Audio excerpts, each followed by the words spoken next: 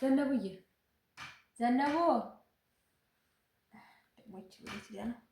ስልኩን ብታመጣና ለይ ሰውዬ ብደውል ምን አነሳ ንጉሱ ንጉስ አብዬ እስቲ ሂድ እስቲ ጥራቸው። ምን እያደረጉ ነው? ሀውጭ ሀቃው ምን እያደረጉ ነው? ሂድ እስቲ ንጉስ ሀፍታችሁን አስገብተሃል? ፍየሎቹን አሰር። እሰይ አህያቱን በጊዜ አስገባ። ለቦሮቹ ደግሞ ነገ አባትህን ጠምዳለን ገለባ አስጣቸው ብሎሃል። ለላሚቱን ቀዘባ ውስጣት። አዎ ስልኩን አስቀምጡ፣ ስልኩን አስቀምጡ። አንቺ ለአባትሽ ደውይ፣ ስልኩን ተቀበይና እሱ ደውይለት። ምን ሆኖ ዛሬ ያመሸው ደግሞ? አይዲሌ ደውይለት። ምን አለሽ? እየመጣ ነው።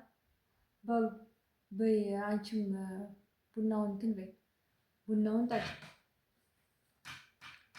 በይልክ እንዴት ዋለ? ደህና ነህ? ደህና ዋለህ? እንደው ማምሻቱን ስራ ብለህ ይዘኸው ነው? አይ አይ ጉድ! ኧረ እንደው መጠጣቱንም ጠጣ፣ ችግር የለውም ጠጣ። እንደው ግን ማምሻቱን ስራ ብለህ ይዘኸው ነው? ኧረ አንተ ምን አለብህ? አንተ ምን አለብህ? እኔ አሁን ከልጆቹ ፊት ክፉና በጎ አንነጋገርም፣ ግን ግድ የለም እንደው ይህን ልጆቹ የሚያውቁትን ነገር ልንገርህ። እንግዲህ እኒህ ልጆች ህፃን አይደሉ፣ ችግር የለም። የኔ ጓደኞች ፋሽን ይለብሳሉ፣ ፋሽኑን ይለብሳሉ። እኔ ግን ይኸው በአንዲት መቀነት ይኸው በይቹ አለሁኝ። ሀሰው እንኳን መደበቂያ ደህና ልብስ የለኝም።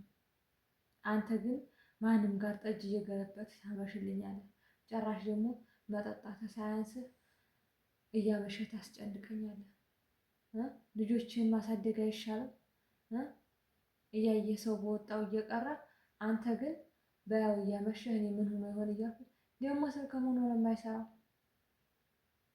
አይ ግድ የለም ግድ የለም፣ ሁሉም ስታጣው ይቆጭሃል። በልም አሁን ነገ እንነጋገራለን፣ ችግር የለውም። ኧረ ምን ነው አንተ ሰውዬ? በልማ አሁን የኔ ጥፋት ነው ያንተ ጥፋት?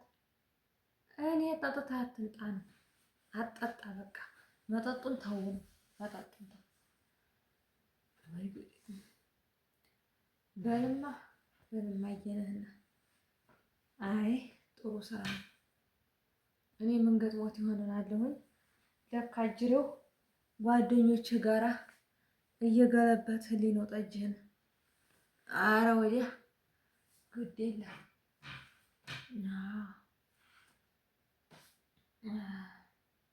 እንግዲህ ምን ይባላል? ቡናውን ማጠጭና ልጅ እሱን ታይውና ዝም ብለሽ ቡናውን ታጣብ። አሁን እራታችንን እንብላ፣ ስንጠብቅህ ነው ያመሸነው። ኧረ ምን አለ አንተ ምን አለብህ አንተ? በላማ ዝም ብለህ የማይናገረውን በላ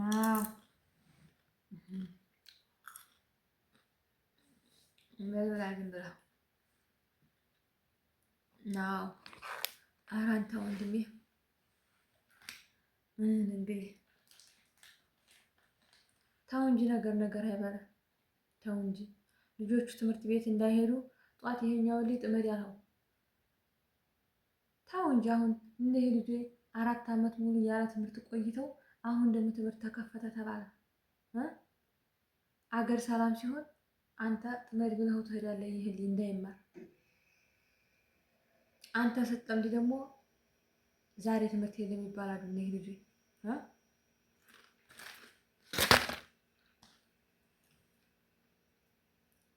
አሁን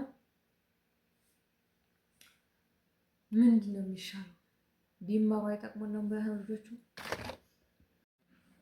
እና እኔ ቢማሩ ይጠቅሙና ነው ቢማሩ ይጠቅሙና። የሰጣኝ ሳ እርሻ ነው ሞልቷል፣ እርሻ ሞልቷል። ፈጣሪ የሰጣኝ ሳ አለ። አንተ አይሆንልኝም አለ። እርሻን ስራ የሚፈልግ ብዙ ሰው ሞልቷል። ለነሱ ገበሬህን አስገብተህ በገበሬ አሳርስ፣ ሀብቶችንን በገበሮች አስጠብቅ።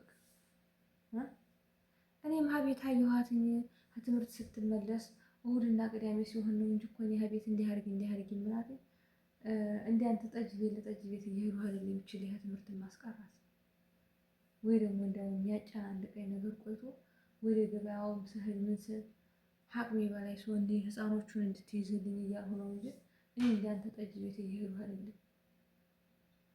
አትጨቃጨቂኝ አትበለኝ። እኔ ለልጆቹ ነው ሀሳቤ ለአንተ አይደለም። ተዋባ ንጉስ እኔ ልንገርህ በኋላ ነው የሚቆጨን ነው። እኔ ልጄ ብናስተምራቸው ይጠቅሙናል። ነገ አዲስ አበባ እንትና ሄደው ተምረው ተመርቀው እናቴ አባቴ ብለው ልጆቹ ይማሩ ይጠቅሙናል። ስምንም ማወቅ አንድ ነገር ነው። እንደኛው ደንቆሮ ይቀሩ ነው የምትለው። እንደኛው ደንቆሮ ይቀሩ።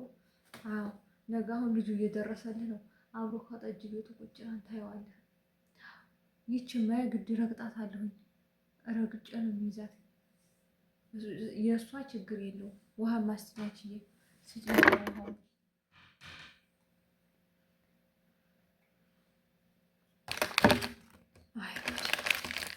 እንደው አንተዬ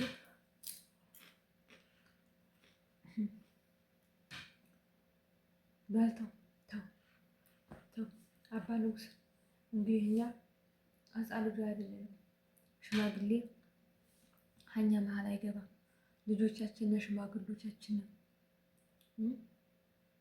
በመቆረቢያችን ሰዓት አንተም ጠጅ ቤት ለጠጅ ቤት እየሄደ ሀኔ ተርቲ ምን አለ ተርቲ ማሊያ ምን ያዘብህ?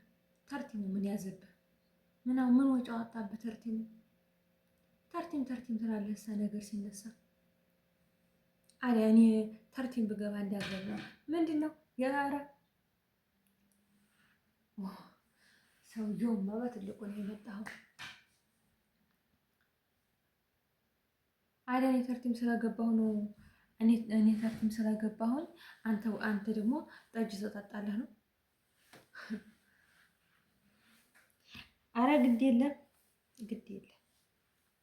ተርቲሙ ምን አጎደለብህ?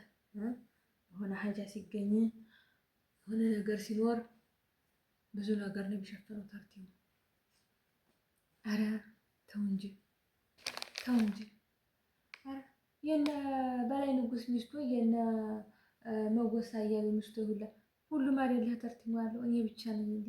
የጓደኞቼ ሚስቱ ሁላ አሉ። እኔ ደግሞ እነሱ ናቸው እንጂ ተርቲሙ ብቻዬን አላቋቋሙትም። ተርቲም ትላለህ። ያነ የወንዶች እድር ነው፣ እኛን አይመለከትም። እሱ የእናንተ እድር ነው። ሰው በሚሞትብና ሰዓት ትልቅ እድር ነው ታውቃለህ።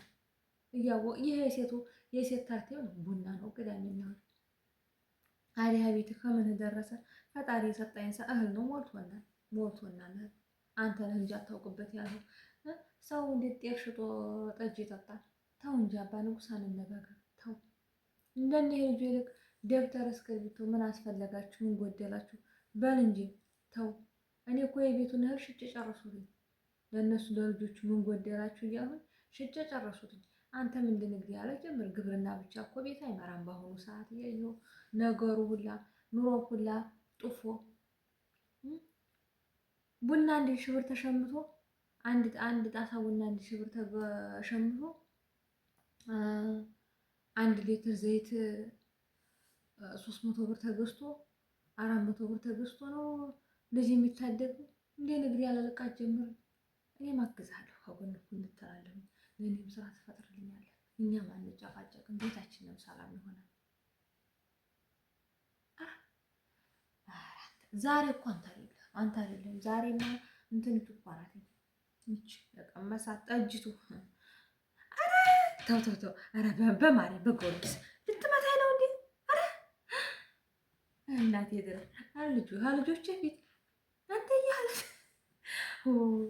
አረ እኔ ምክር ነው ሸጋዬ ምክር እየመከርኩ ነው። በልተው